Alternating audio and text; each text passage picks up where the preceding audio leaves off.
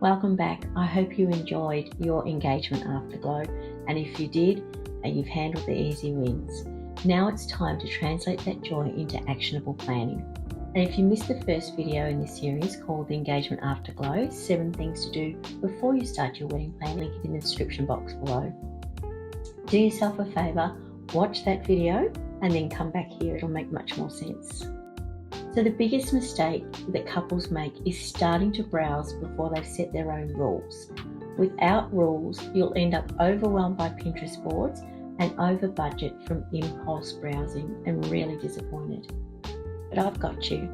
I'm here to give you the framework. These next 5 decisions are your non-negotiables. They form the anchor for your entire wedding plan, saving you time, stress, and most importantly, money. Are you ready to set your foundations? Let's dive in.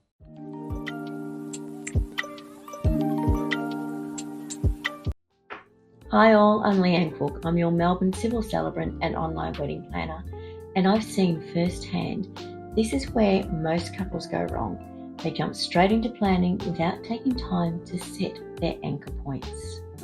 There's 5 foundational anchors, and the first one is to lock down your budget ceiling. This is the non-negotiable number.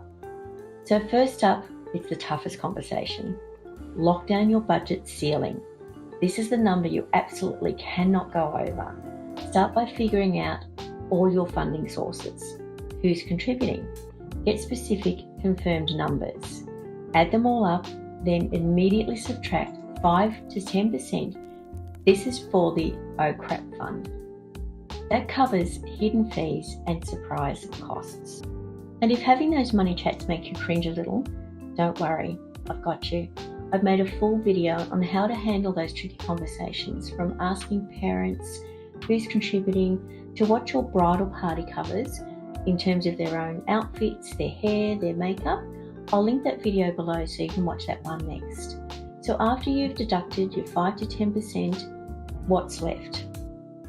This is known as the non-negotiable budget ceiling. Knowing this figure up front stops you from falling in love with a vendor or a designer who's simply out of reach, which can be heartbreaking, falling in love with that dress and you can't afford it. In my next video, Discovering the Dollars, we'll cover how to create a realistic wedding budget and cover how to stick to it also. So number 2, define your guest list category.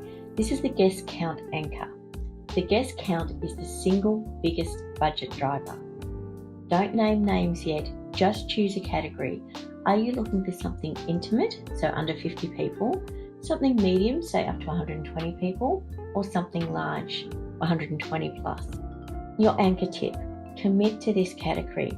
This allows you to immediately filter out any unsuitable venues. You can tell a venue, we're only looking for spaces that comfortably hold 100 people, and suddenly your search gets much simpler. Bear in mind though, are you looking at 100 people for a sit-down dinner or 100 people for a cocktail dinner? That will also determine your venue choice. Number 3, we're going to choose a season and a year. This is the non-date date. You don't need a specific date, but you do need a time frame. You need the season and you need the year. So this affects costs. Things like Sat days in peak seasons with spring and autumn are always the most expensive.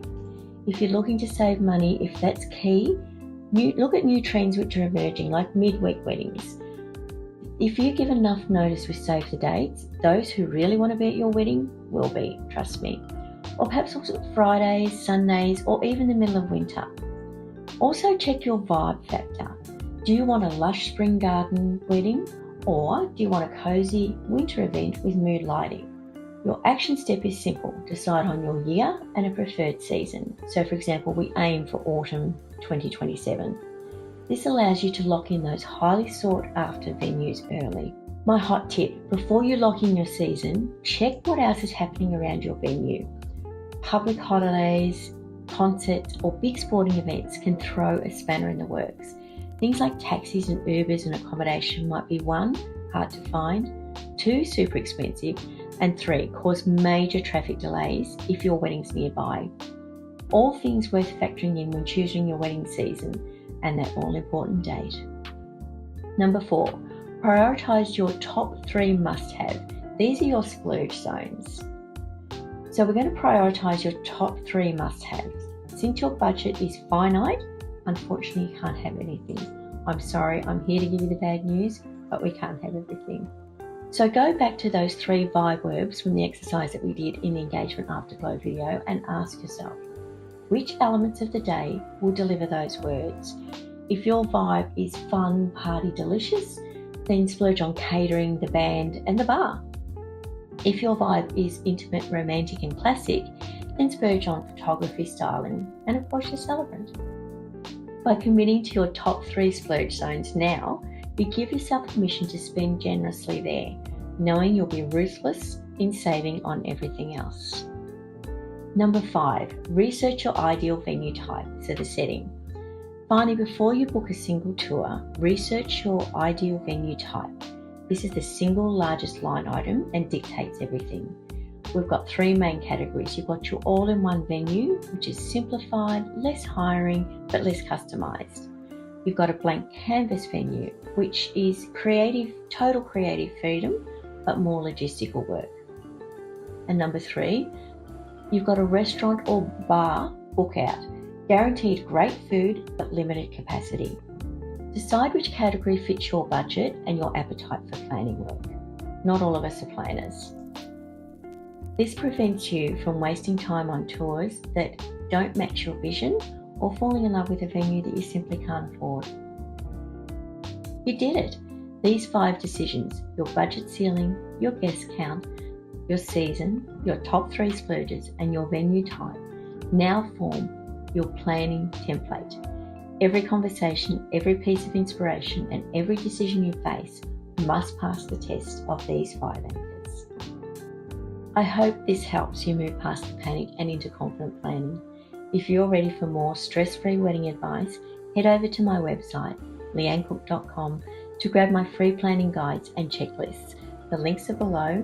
So thank you for watching, and remember, this is your day, your way. I'm here to help guide you through as stress-free as possible. So if you have any comments, questions, or things you'd like me to cover in future videos, please pop them in the comment section below. And as always, if you found this video helpful, please like, share, and subscribe, or hit that bell notification for when I upload my next videos. And click on the next video in my series, Decoding the Dollars, so we can continue this journey of stress-free wedding planning together. I look forward to seeing you in the next video, and as always, happy planning.